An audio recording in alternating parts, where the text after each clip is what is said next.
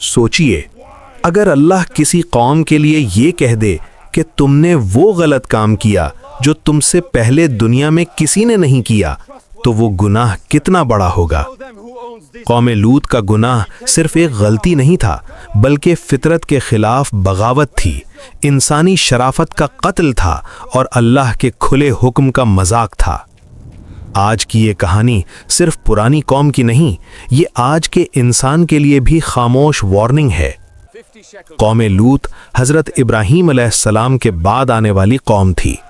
یہ لوگ شام کے علاقے میں رہتے تھے، جہاں زرخیز زمین تھی، راستے آباد تھے، تجارت ہوتی تھی اور شہر خوشحال تھے۔ اللہ نے انہیں مال دیا، طاقت دی، سکون دیا، مگر جب نعمت ملتی رہی تو شکر کی جگہ گھمنڈ آ گیا۔ قرآن صاف الفاظ میں کہتا ہے، تم ایسی فحاشی کا ارتکاب کرتے ہو جو تم سے پہلے دنیا میں کسی نے نہیں کی۔ سورہ الاعراف۔ قوم لوط کا سب سے بڑا گناہ یہ تھا کہ مردوں کے پاس شہوت کے لیے جاتے تھے، عورتوں کو چھوڑ کر، فطری رشتوں کو ٹھکرا کر۔ یہ صرف غلط رویہ نہیں تھا، یہ اللہ کے بنائے ہوئے نظام کا انکار تھا۔ اللہ نے مرد اور عورت کو جوڑے میں پیدا کیا، مگر اس قوم نے کہا کہ ہم اپنی مرضی سے زندگی گزاریں گے۔ گناہ صرف کرنا ہی نہیں ہوتا، گناہ تب اور خطرناک ہوتا ہے جب قوم اسے نارمل سمجھنے لگے۔ قوم لوط میں فحاشی عام تھی، لوگ شرم محسوس نہیں کرتے تھے، گناہ پر فخر ہوتا تھا، یہاں تک کہ جو اس برائی سے منع کرتا اسے گھر سے نکال دیا جاتا۔ قرآن کہتا ہے، یہ لوگ پاک رہنا چاہتے ہیں، انہیں شہر سے نکال دو۔ سوچئے، پاکی کو جرم بنا دیا گیا اور برائی کو فیشن۔ اللہ نے حضرت لوط علیہ السلام کو بھیجا۔ انہوں نے کہا، اے میری قوم، اللہ سے ڈرو، اس گندی روایت کو چھوڑ دو، تم اپنی حد سے گزر چکے ہو۔ حضرت لوط علیہ السلام نے صرف روکا نہیں، سمجھایا، نصیحت کی اور اللہ کے عذاب سے ڈرایا، مگر جواب کیا ملا؟ قوم ہنسنے لگی۔ انہوں نے کہا، یہ ہمیں پاک بننا سکھاتا ہے، اسے اور اس کے گھر والوں کو شہر سے نکال دو۔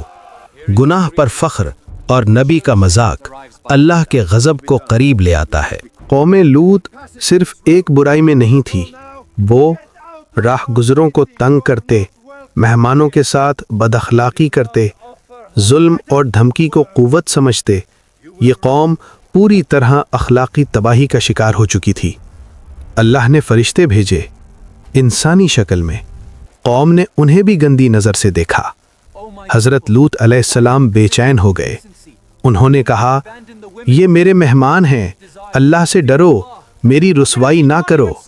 مگر قوم نے کہا، تمہیں منع کیا تھا مہمان رکھنے سے، یہاں تک کہ نبی کی عزت بھی محفوظ نہ رہی۔ پھر اللہ کا فیصلہ آ گیا۔ قرآن کے مطابق پورا شہر الٹ دیا گیا، آسمان سے پتھروں کی بارش ہوئی، ایک بھی ظالم زندہ نہ بچا، صرف حضرت لوط علیہ السلام اور ایمان والے بچا لیے گئے۔ یہ عذاب اچانک نہیں تھا، یہ برسوں کی بغاوت کا انجام تھا۔ قرآن کہتا ہے، ہم نے ان پر ظلم نہیں کیا، بلکہ انہوں نے خود اپنے اوپر ظلم کیا۔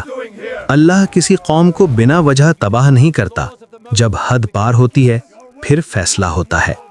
آج بھی دنیا میں برائی کو حق کہا جا رہا ہے، فطرت کو غلط بتایا جا رہا ہے، نبی کی بات کو آؤٹ ڈیٹڈ کہا جا رہا ہے، مگر اللہ کا قانون نہیں بدلتا۔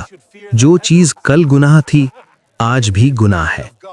قوم لوط کا سب سے بڑا گناہ یہ تھا کہ انہوں نے گناہ کو نارمل بنا دیا، اللہ کے حکم کو چیلنج کیا اور نبی کی بات کا مذاق اڑایا۔ یہ کہانی صرف ہسٹری نہیں، یہ آج کا آئینہ ہے۔